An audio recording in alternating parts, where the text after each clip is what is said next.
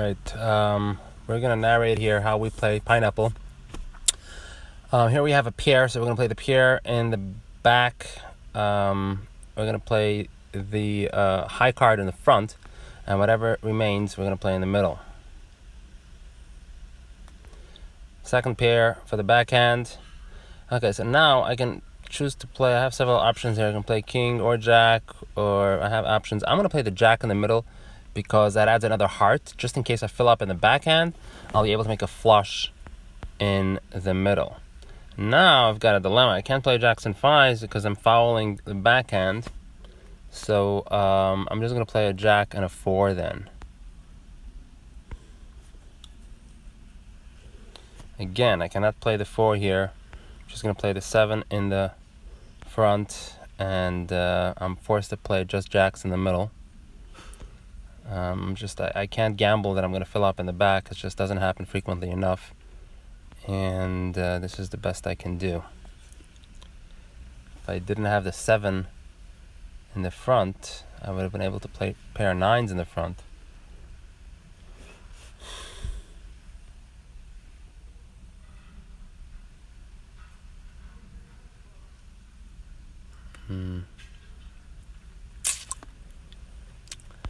Alright, here we're going to play 2 flush draws.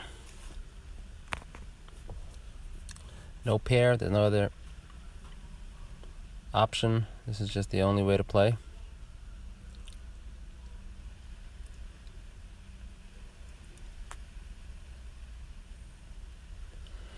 So we're not improving pairwise. The only help we're getting here is a diamond in the middle, and the other highest card is going to go in the front.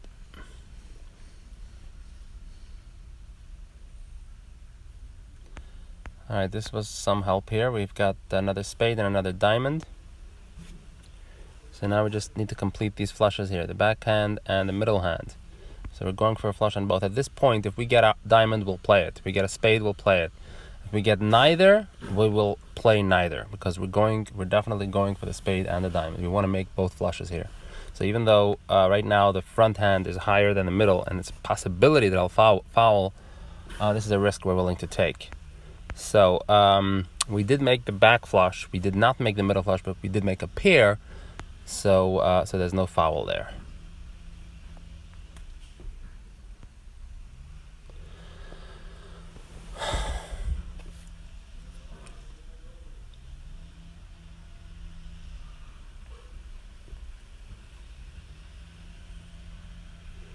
All right, here we have. I'm going to play the pair in the backhand.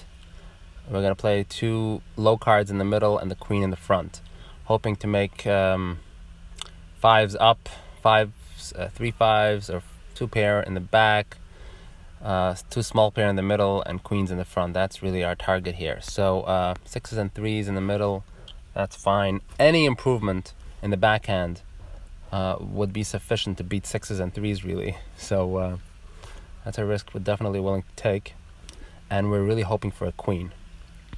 Okay, so at this point, since the jack and the 9, I mean, either one would make 2 pair higher than 6s and 3s, so might as well play the jack in the front. This way I can make jacks in the front, which would give me a bonus. Okay, so now very good. We have 9s and 5s, so we're no longer fouling. And now we're hoping for a queen or a jack in the front hand. And we're hoping to fill up in the backhand. Alright, so we've got both. We filled up in the back, and we've got queens for the front.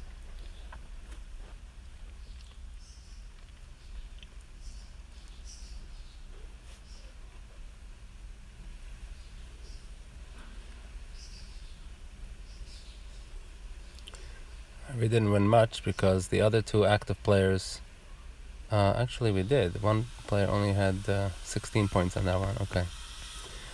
Alright, so here we're going to play the 2 pair in the back and the queen in the front. Again, the objective here is we're hoping to make queens in the front and 2 lower pair in the middle. So it's actually working for us. We just got 9s in the middle, and we're going to risk this because queens is a big reward for that bonus. So we're going to hope that we get a 7 or something to help us. Okay, so here we've got king 4-3. King is not going to help us in the middle because we can't play kings up. The 4 is slightly dead. because there's 1-4 already out. So I'm gonna play the 3 in the middle. All right, so we're gonna be fouling this one. No help in the middle. So that's gonna be a foul hand.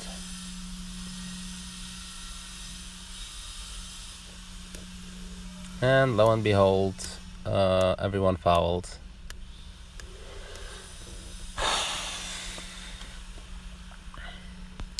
This is definitely, we're going to play the flush draw in the backhand and the 10 in the middle. Now, the king 10, I could play the king in the middle, but I think it's a close call, hoping for a straight if I play the king in the middle or another king. But I'm going to play it in the front. And at this point, I can't really go for a flush here. So I'm just going to play the 5 in the front instead of the deuce in the middle. Okay, so again, I cannot go for the flush because that would be a higher flush than the backhand. So I'm just going to play the 2 highest card here. Queen and 7. Yeah, no help here. So if I had played the king in the middle, I would have had a straight. So this is why it was a close call. So yeah, so as it turned out, it would have been better to play the king in the middle.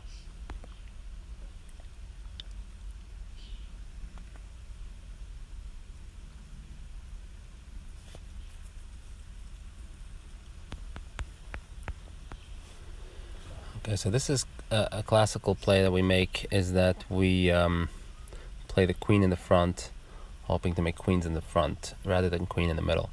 But at this stage, even though I could still play the queen in the front, but I'm not going to do that. It's just too much of a likelihood to foul, and the queen of diamond helps me in the back, so I'm not going to do that.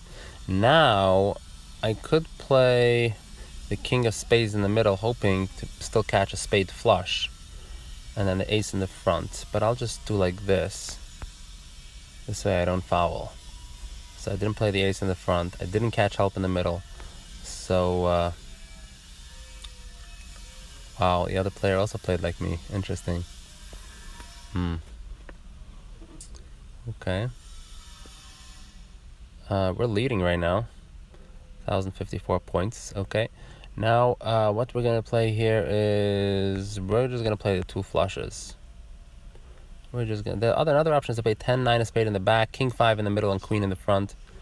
But I think this is a better play, perhaps. Okay, so by playing the 8 in the front, I'm hoping to make a pair of 8s. Okay, at this point, we're just going to abandon our diamond draw. We're just going to go for the straight here. And we're still hoping to make an 8 in the front. That's the best we can do right now. 8 in the front will give us some bonus points. And there it is, 8 in the front.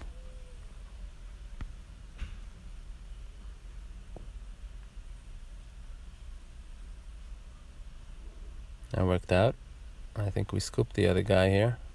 He has no pair in the middle, no pair in the front, and 2 pair in the back. So now we're heads up.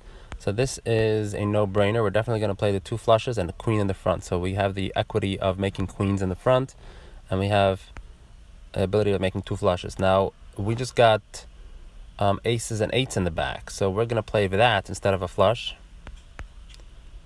Here, we're not going to play the queen in the front. It's just too likely to foul. We're going to play the 9s in the middle instead. And okay, so now we've got a big decision to make. I could play 9 and queen and then hope to catch an 8 or ace or an 8. But I think that's too risky with 1 card to go. So we're just going to play, yeah. I'm just going to, wow. He made a big hand here. Flush on a straight and queens. Yeah. Okay, here we're going to play 6s with a jack kicker and 9-3 in the middle.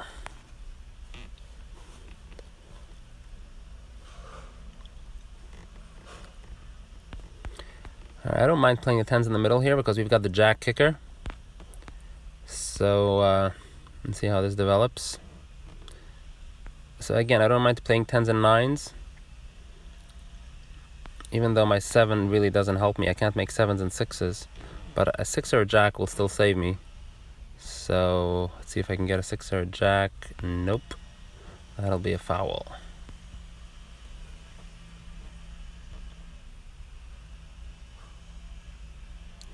I think my opponent played exactly like me, it looks.